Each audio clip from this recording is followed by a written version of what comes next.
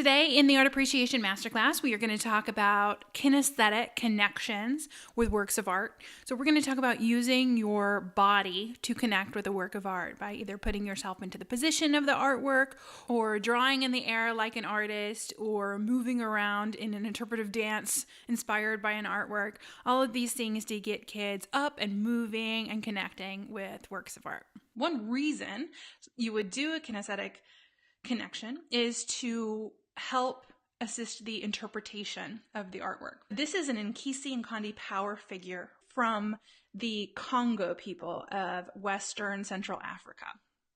And that's Congo with a K. And this artwork is super fun to look at. It's really interesting. The students have a ton to say about it. So I would start the discussion asking them to share their thoughts. But then once you've asked the questions, you've really kind of picked it apart, that's when the fun happens, is you stand up, have all the students stand up and put themselves into the pose of this sculpture. So if you're watching this right now, I want you to do that. Will you please stand up and put your hands on your hips and stick your booty out and lean your shoulders forward, open your mouth and put your chin up, square your shoulders, and think about and plant your feet on the ground, your knees slightly bent, and think about what it feels like to be in that position. So the students love this. They freak out, they laugh, they think it's really funny. And then I say, well, how do you feel in this position?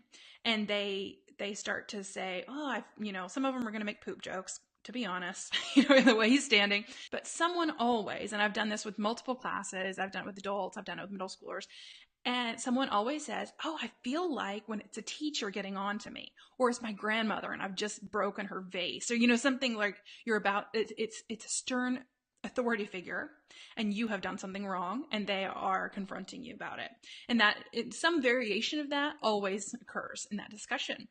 And that is really interesting because that's what this artwork is all about. This is a hunting spirit. So and all of those nails in the body, every time one of those nails was hammered in, a promise was made. If that promise was broken, then the spirit of the Kinesthetic power figure will come and hunt the person who broke that oath, hunt them down and punish them for what they've done.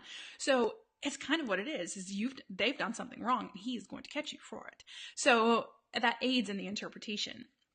So just putting yourself into the position of the sculpture makes it more understandable. We can understand the art history by putting ourselves into these positions. So the sculpture on the left is an archaic Greek sculpture. Ancient Greece, very early in the ancient Greek time period. The one in the middle is a Renaissance sculpture, which is very similar to the classical time period in ancient Greece, which has a sort of very calm, controlled movement, sort of relaxed poses, that contrapposto, which is this weight shift. And then we have the Baroque on the right, which has a lot of movement and a lot of drama and a lot of emotion. And it was usually at the part of the story that was like the most action. And whereas the Renaissance, it was more contemplative, like in a still shot. So one way to really connect with these is to put yourself in the position. So I'll have students stand like the archaic one and talk about how it feels, how he's very stiff. His hips are completely square, even though he's taking a step forward. His shoulders are back and his face is like, very, just all very stiff. And they talk about, how that feels, not very natural. And then they move themselves into the pose of the Michelangelo David, which is in the middle, and talk about, how that's really relaxed. They're a lot more comfortable, that sort of thing. And then they have to put their body into Bernini's David, which is the third one. And they see he has this really intense facial expression. He has a lot of drama and movement.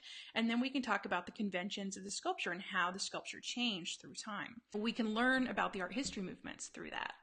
Now, another thing you can do, and I love doing this, it's so fun, is to have students create a tableau. So what a tableau is like a living painting. I put them into groups and they have to create some sort of scene between the three of them where they show that shift from the archaic to the Baroque. One group, I did this with some college students recently, they did sort of a history of cell phones thing. It was like people standing with cell phones very still, and then like they were getting mad with the cell phones. Like there was this whole cell phone thing.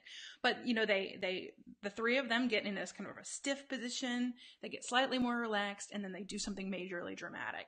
And so they're working together, they're talking about the art in how they can interpret the art into something new. That's the definition of higher level thinking, is taking what you have and then creating something new from it. So they're discussing the art, they're picking it apart, they're figuring it out so that then they can create their own sort of living sculpture using their bodies. So a third way to use your body to connect with art is to understand the art processes. And one way of doing that is through looking at the brushstroke. Using your body to interpret an abstract expressionist artwork is a great way to connect with it, because abstract expressionism was all about the action and the movement of the artist. So if we look at an abstract expressionist artwork like this one on the screen de Kooning, and have the students sort of draw, like look at the different brushstrokes and imagine they're the artist, and how fast would he have made that brushstroke, and you know, what kind of movements would he have done with his arm. And then you can try different artworks and see how different artists use brushstrokes in different ways. So this one is sort of slashing and more aggressive. And if we were to put up a Jackson Pollock painting, it would be different. We could see, okay, well, it's dripped, so we would have to have gone down, and then we start to like move our arm to try to create those drippy motions, and then it helps us understand his process better. And then we can watch a video of him actually doing it to see if we were right. And that helps connect us with the artwork. And something like this one, it's kind of, students have a hard time connecting with it. They think, oh, there's nothing important about this. That's something that anybody could do. Their 2-year-old sister could do that. But once they connect with it and they see how it was done, then they see more value in it and they make more connections with it. So that is another thing you can do, is sort of pretend you're the artist and feel what it would feel like to make that. And you might even go as far as making your own drip paintings and talking about the motion. Another reason for connecting art and movement is to give students an opportunity to be creative. So using the tableaus was a fun way to be creative, but we also can do things like creating dances about artworks. So you might give students examples of modern sculpture. So this is a Giacometti sculpture. He is known for making these sort of long, spindly characters. And you could have students think about, well, how would this guy walk if he has these proportions? What would it be like? Those really heavy feet, but then he's so long. Like, have them get up and like walk like that, and then show them different modern sculpture and say, well, how would a David Smith sculpture walk, or a Henry Moore sculpture walk? And then they can morph into each other, and they can sort of, then you can play some music and have them create a dance to the ways the sculptures move. So, you know, the sky's the limit with that, and it's fun and awkward and it makes for a really good time. Also, you can look at something like a Calder mobile, which would be very hard to discuss with students because there's not a lot you can say. You know, what's going on here? What do you see that makes you say that? Can only get you so far when it's, you know, just shapes hanging from wire.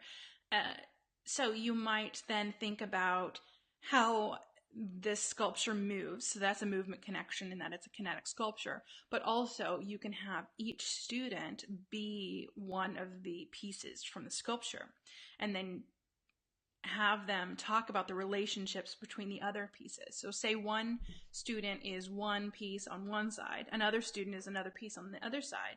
You know, have them think about, well, what happens if I move this way? Which way will you move? And then they can kind of work that out between the two of them, of, you know, how that movement connects. So that's another fun activity to try with movement. So those are several different ways you can use movement to connect with works of art. The next video in the Art Appreciation Masterclass will be about drawing activities that you can do with a work of art to further your connection with it. Stay tuned.